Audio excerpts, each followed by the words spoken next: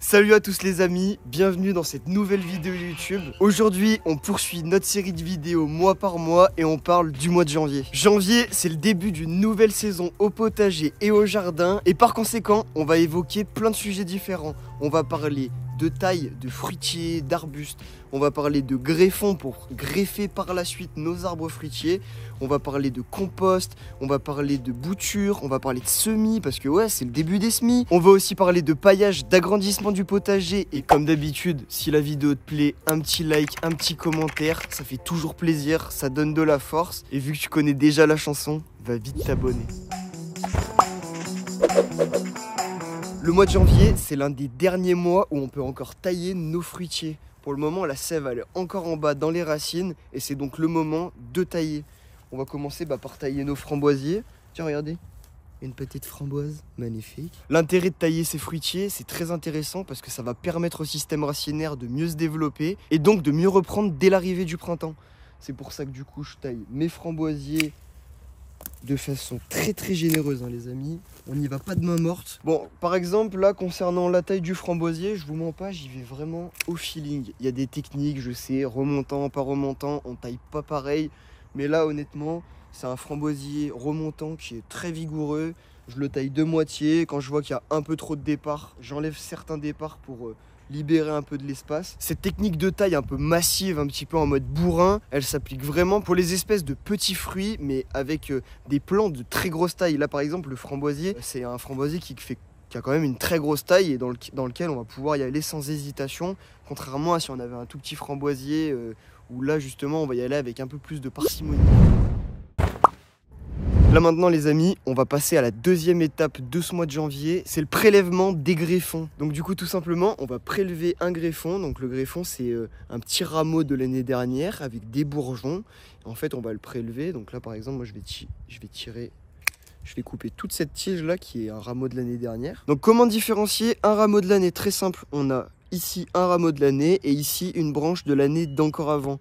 En fait on voit clairement la différence de couleur. Là elle est beaucoup plus marron et là beaucoup plus orangé on va dire. Donc là on est sur un rameau demi-bois, j'appelle ça comme ça. On utilise exactement la même technique pour les cerisiers. Donc là on va couper sous un bourgeon. Tac. Pareil, rameau de l'année, comment on les différencie?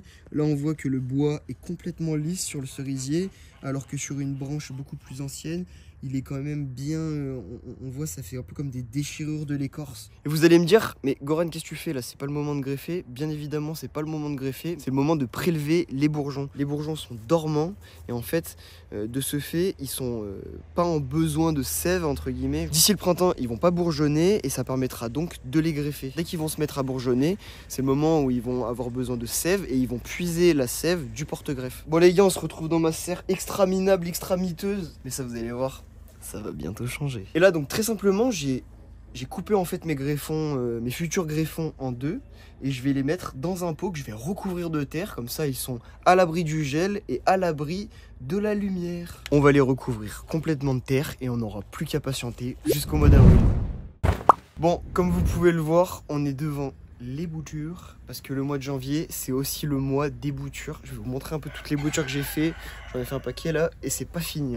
Donc là on a du romarin, ici on a du framboisier rouge, c'est écrit juste là. Et là les amis, belle surprise, qu'est-ce que je vois? Les petits oignons qui sont en train de germer, magnifique. Petits oignons, on les voit là, ils sont tout petits.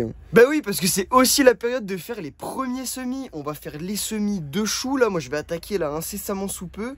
J'ai attaqué du coup les semis d'oignons, les semis d'ail, mais là c'est en pleine terre carrément, je vous montrerai carrément dans une prochaine vidéo. Enfin bref, vous avez compris, le mois de janvier c'est le début des grandes choses, le début des premiers semis. On a aussi un paquet de boutures à faire, enfin bref, il y a du taf. Pour les boutures, c'est vraiment pas compliqué, il y a quelques petits tips à savoir, donc je t'invite à me dire dans les commentaires si tu veux des vidéos dédiées par rapport à des cultures en particulier. Je sais qu'il y en a beaucoup qui aiment bien bouturer la petite lavande. Et le mois de janvier, c'est aussi le mois d'apporter du broyat. J'ai ramené quelques remorques de broyat, parce que là, regardez les amis, on a un petit groseillier sans épines, très joli petit groseillier, et on va lui ramener de façon très généreuse du broyat. broyat? Le broyat, ça sert à plein de choses. Ça permet au sol de moins se dessécher, de contenir l'humidité, de fertiliser, parce que oui, le broyat, c'est de la matière organique, ça se décompose et ça fertilise tes sols. Et concrètement, le broyat, c'est fait avec quoi? C'est fait avec de la branche, des rameaux de l'année, des feuilles, des fleurs et plein de choses qui se trouvent sur les arbres qui sont broyés. L'intérêt, c'est d'en mettre une bonne quantité au pied de tes plantes. On est sur environ 10-15 cm facilement. Et si t'as pas à proximité de chez toi du broyat, t'as certainement des feuilles mortes. Là, c'est des feuilles mortes de Lorraine. Et en fait, bon, moi, je vais l'utiliser comme le BRF. Je vais saupoudrer avec bonne épaisseur. Par exemple, là, c'est mes framboisiers. Ça va les fertiliser, ça va conserver l'humidité et ça allègera par la suite mon sol. Le mois de janvier, c'est aussi le mois... Stop! Oh, les filles! On se calme là! Le mois de janvier, c'est aussi le moment de retourner son compost. Le fait de retourner son composteur, ça devrait être une habitude mensuelle. Ça va permettre à ton composteur d'être plus performant, de décomposer la matière organique beaucoup plus vite. On va avoir un meilleur taux d'humidité et les vers de terre auront plus de facilité pour décompacter et décomposer toute la matière organique présente dans ton composteur. Et d'ailleurs, si tu veux une vidéo complètement dédiée à la fabrication et à l'utilisation d'un composteur, tu connais la musique, tu me le dis dans les commentaires et je t'en fais une.